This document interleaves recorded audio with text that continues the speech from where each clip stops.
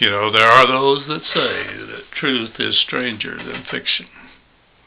And some of these stories, a little hard for me to believe they really happened, but they did. Now, Mr. Frost, at this time, was the assistant principal and officed over in the big old two-story red brick building. And the names used here for the teacher and the student are obviously not the real names. But he came over one day and he said, "You know, Mrs. Jones," "Sure, I know her." "Well, do you think she's a little different?"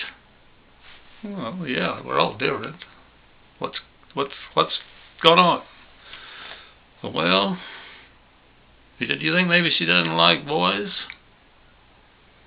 Men?" "Well, she might not. She's been through a pretty nasty divorce. Left with a bunch of kids." "But so what?" "Well," he said, "she came down to see me, and she says that a boy sitting right in the front row of one of her classes,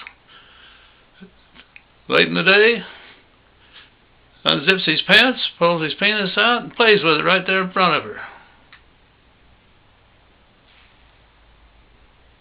"Mr. Frost, you're kidding me." "No, that's what she says."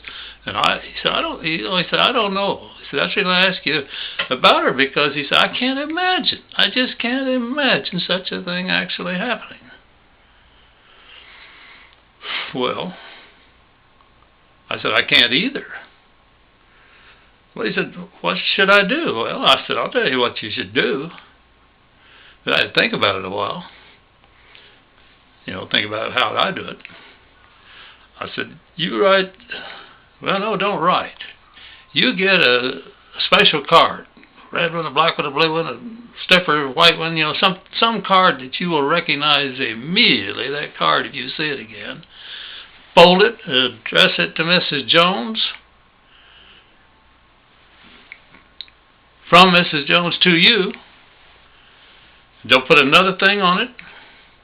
Give it to her and tell her if it ever happens again to have made advanced arrangements with some student that she trusts to do what she asks without questions, and ask that note be brought down to you.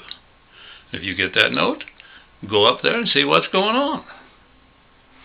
And it never even occurred to me to say, but go up quietly, try to get a peek into the classroom before you go in, because that just, being a coward, that's the way I'd do it. Well, after we'd had the conversation, I don't know, a week or 2 or 3 went by. Nothing happened. Maybe we don't even have a problem.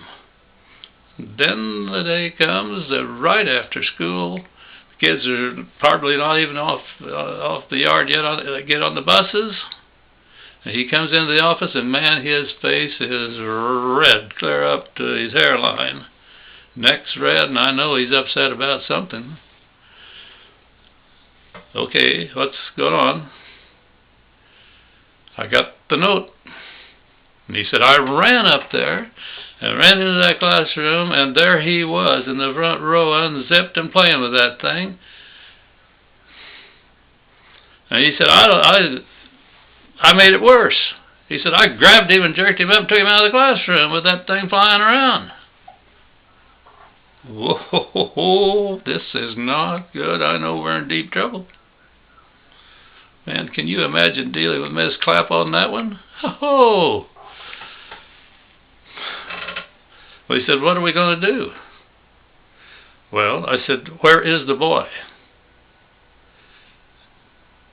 I can't remember whether he said he was still in his office or if he said I let him go.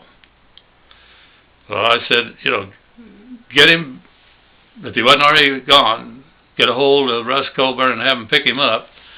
If he's already gone, call Russ Colburn and tell him we don't want to ever see that boy in this school again.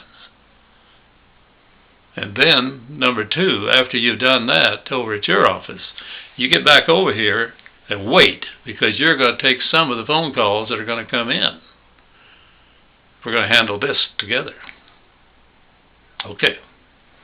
I don't think he was gone more than 10 or 15 minutes. He's come back. Phone hasn't rung once.